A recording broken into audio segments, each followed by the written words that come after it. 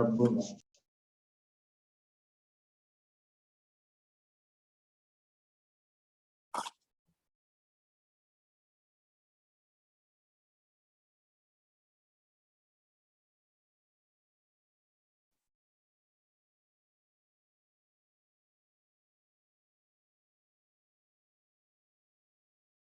Okay, Bismillahirrahmanirrahim. Alhamdulillah Rabbil Alameen. Wassalatu wassalamu ala ashrafil anbiya'i wal mursalin. Amma ba'd.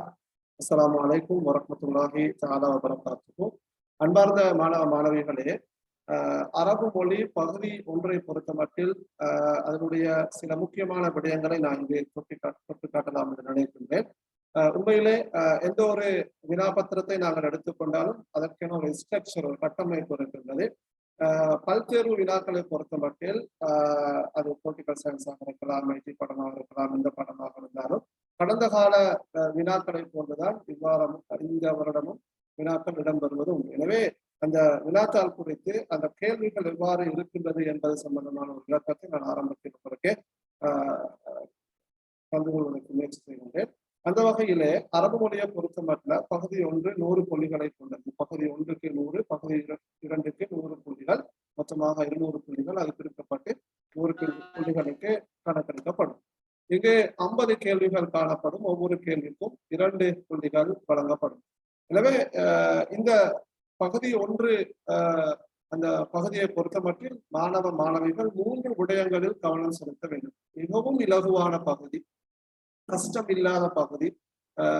நான் நினைக்கிறேன் மாணவிகளுக்கு 40க்கு மேல இலகுவாக எடுக்க முடியுமான ஒரு பகுதின்னு நினைக்கிறேன்.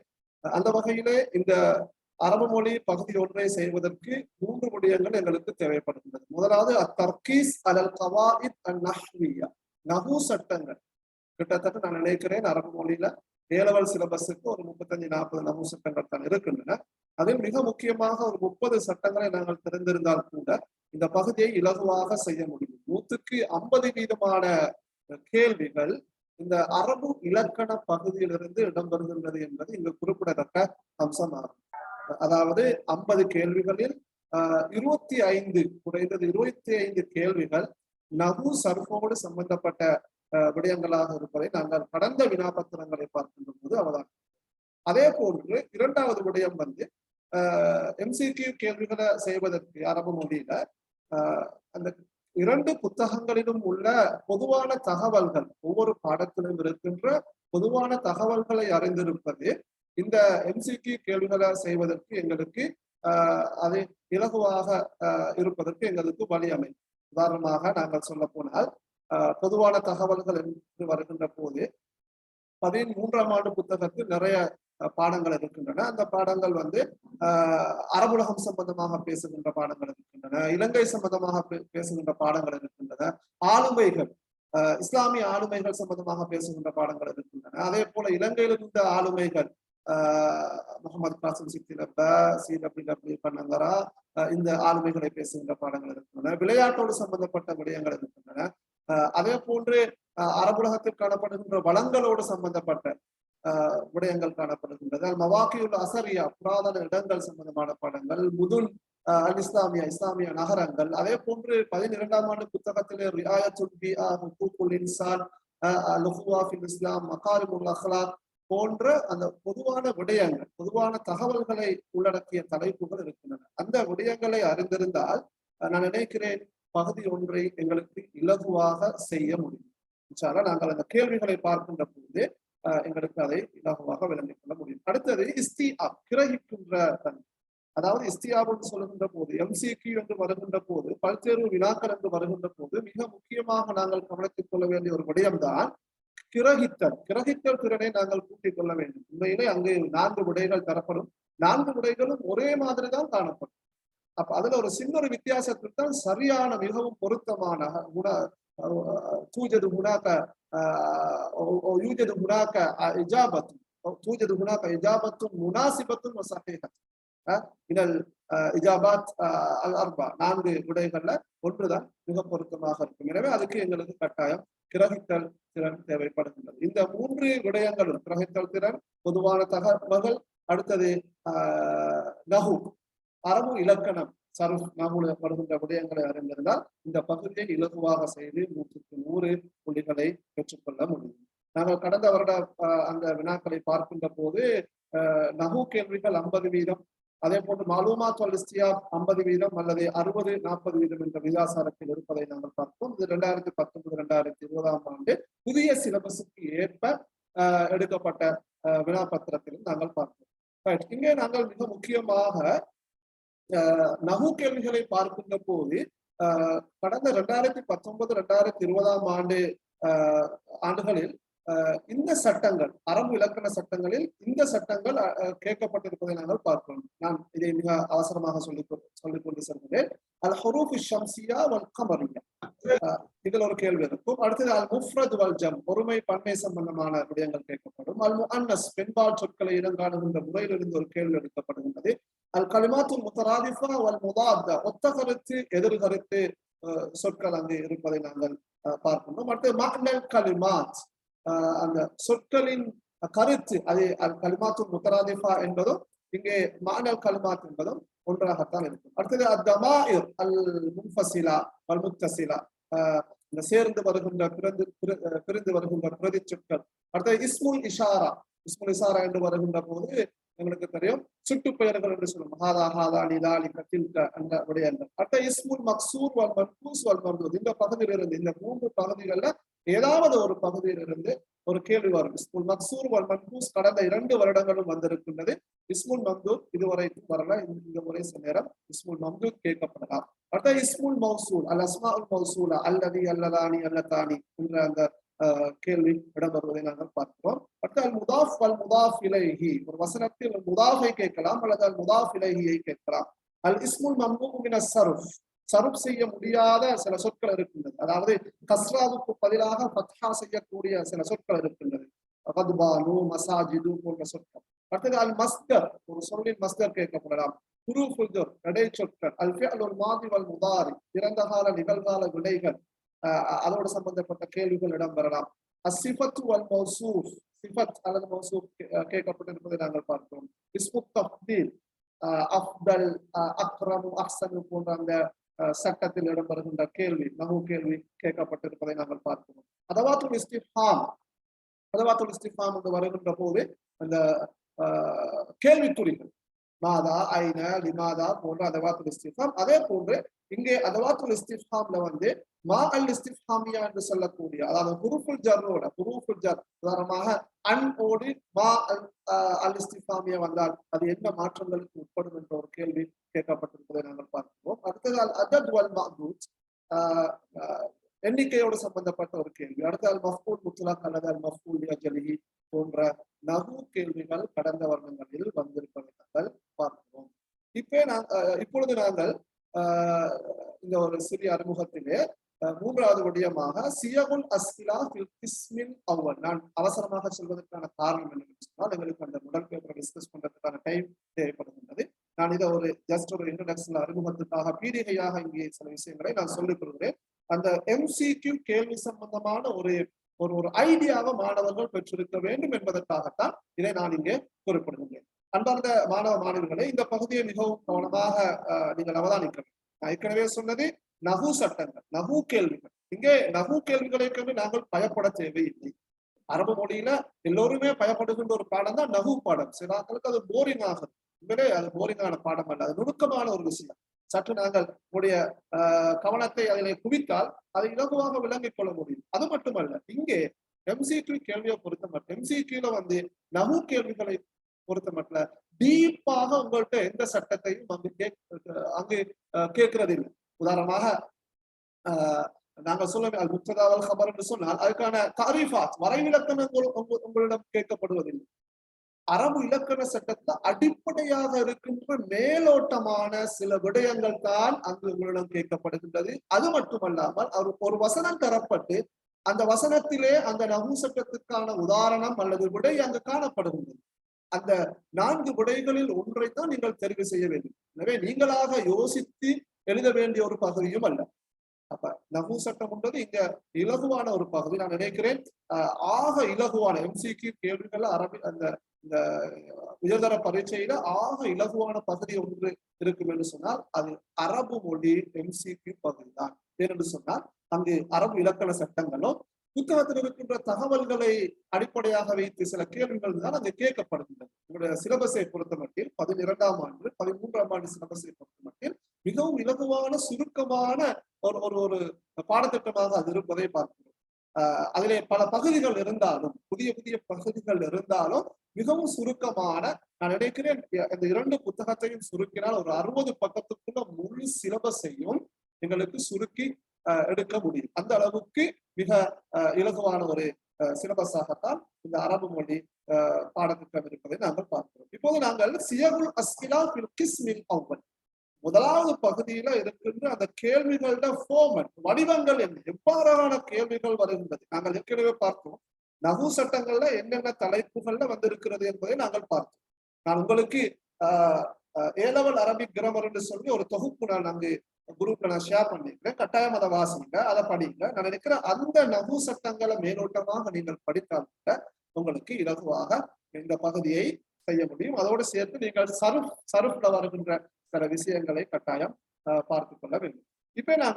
இப்பொழுது நாங்கள் கேள்வி வடிவங்களுக்கு சொல்வோம். முதலாவது தகயீருல் ஜும்லா இலா சீகத்தில் ஜம்இ, ஒரு வசனத்தை பன்மைக்கு மாற்றுவது, ஒருமையில் இருக்கின்ற வசனத்தை பன்மைக்கு மாற்றுவது. அப்ப இந்த கேள்வியை சரியாக விளங்கிக் கொள்ள வேண்டும். சில மாணவர்களுக்கு அல்லது சில மாணவர்களுக்கு அந்த கேள்வி என்ன என்று சொல்லி விளங்குறது இல்லை.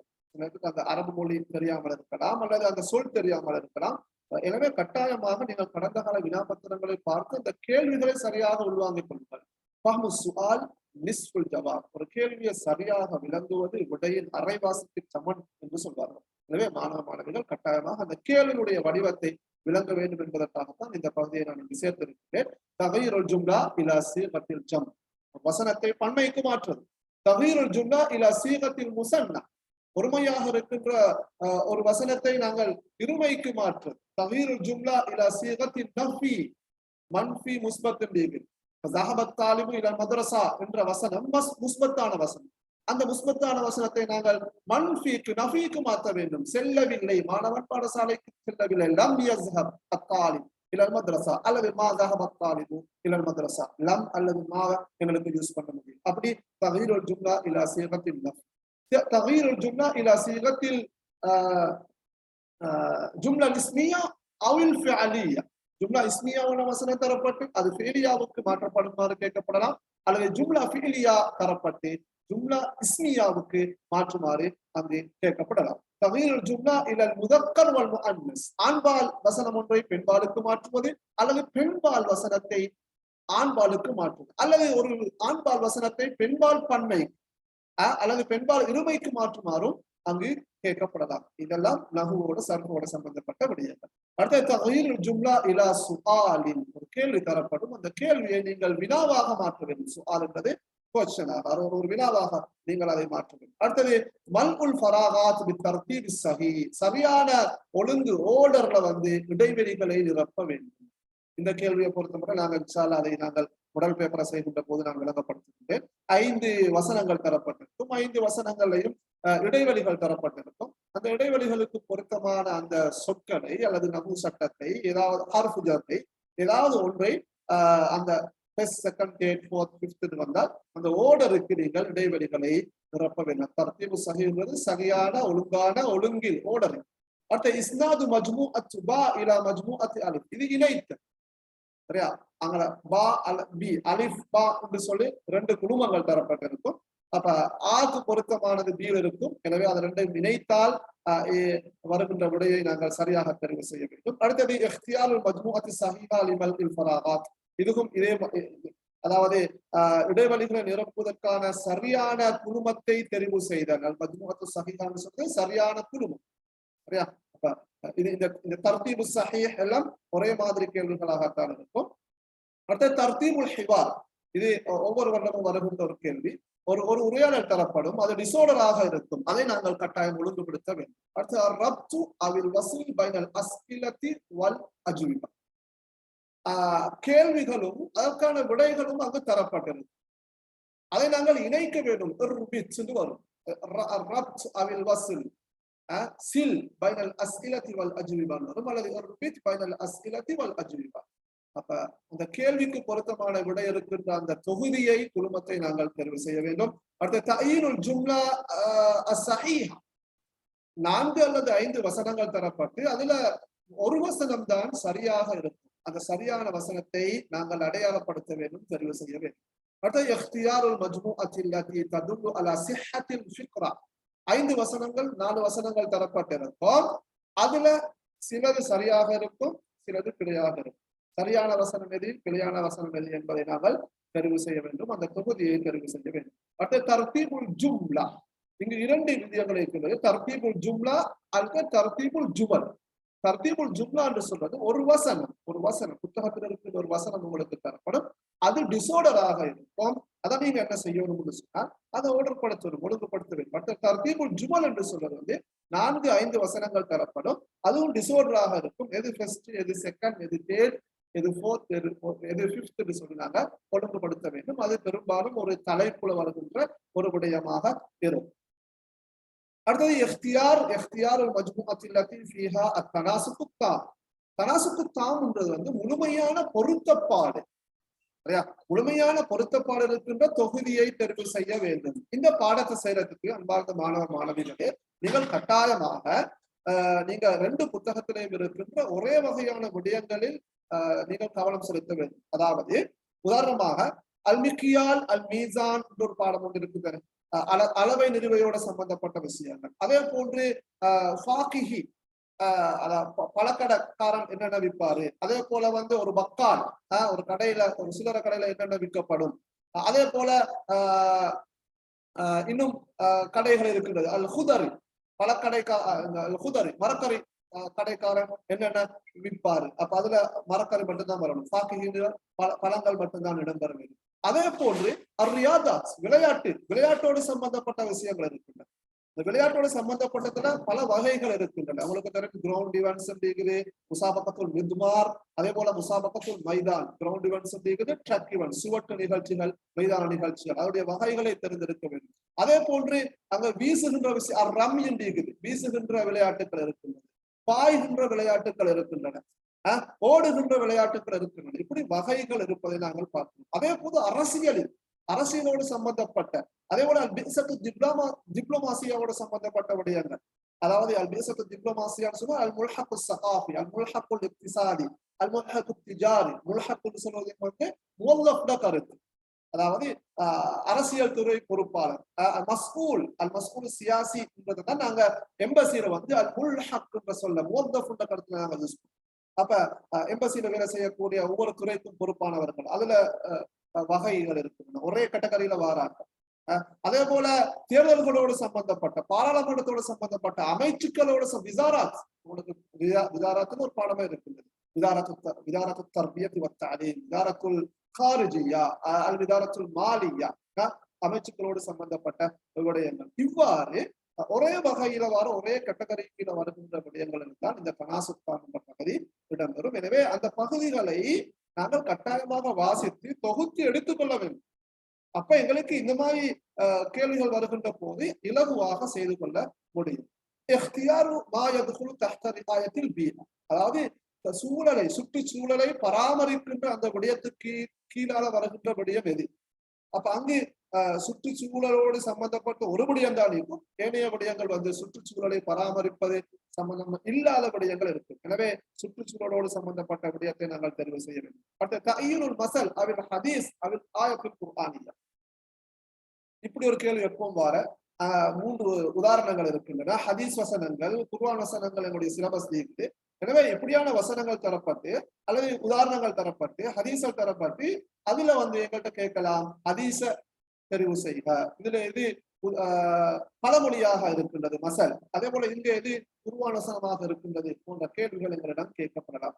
அதே போல துஆக்கள் ஃபி ஐ முனாஸபத்தின் யுذكر ஹாதா துஆ, இந்த துஆ இந்த சந்தர்ப்பத்தில் சொல்லப்படுகின்றது, ஓதப்படுகின்றது போன்ற கேள்விகள் எங்களுக்கு அந்த எம்சிக்யூட கட்டமைப்பு கேள்விகளாக அல்லது ஸ்ட்ரக்சராக எங்களுக்கு வழங்கப்பட முடியும். எனவே அன்பார்ந்த மாணவ மாணவர்களே, இந்த ஒரு சிறிய அறிமுகம் உங்களுக்கு MCQ சம்பந்தமான கேள்விகள் எவ்வாறு வருகின்றன, எந்த பகுதியில நாங்கள் கூடுதலாக கவனம் செலுத்த வேண்டும் என்ற விடயங்களை ஞாபகப்படுத்துவதாக இருந்திருக்கும் என்று நினைக்கிறேன். நான் மீண்டும் ஒரு முறை சொல்லிக் கொள்கிறேன். MCQ கேள்வி செய்வதற்கு நகு சருப் கட்டாயம் தெரிந்திருக்க வேண்டும். மேலோட்டமான அந்த நகு சருப் இருந்தாலே போதுமானது, யாரும் பயப்பட தேவையில்லை. அடுத்ததாக புத்தகத்தில் இருக்கின்ற தகவல்களை நாங்கள் கொஞ்சம் தொகுத்து தெரிந்திருக்க வேண்டும். அவ்வாறு தெரிந்திருந்தால் MCQ கேள்விகளை எங்களுக்கு மிக இலகுவாக செய்ய முடியும் என நான்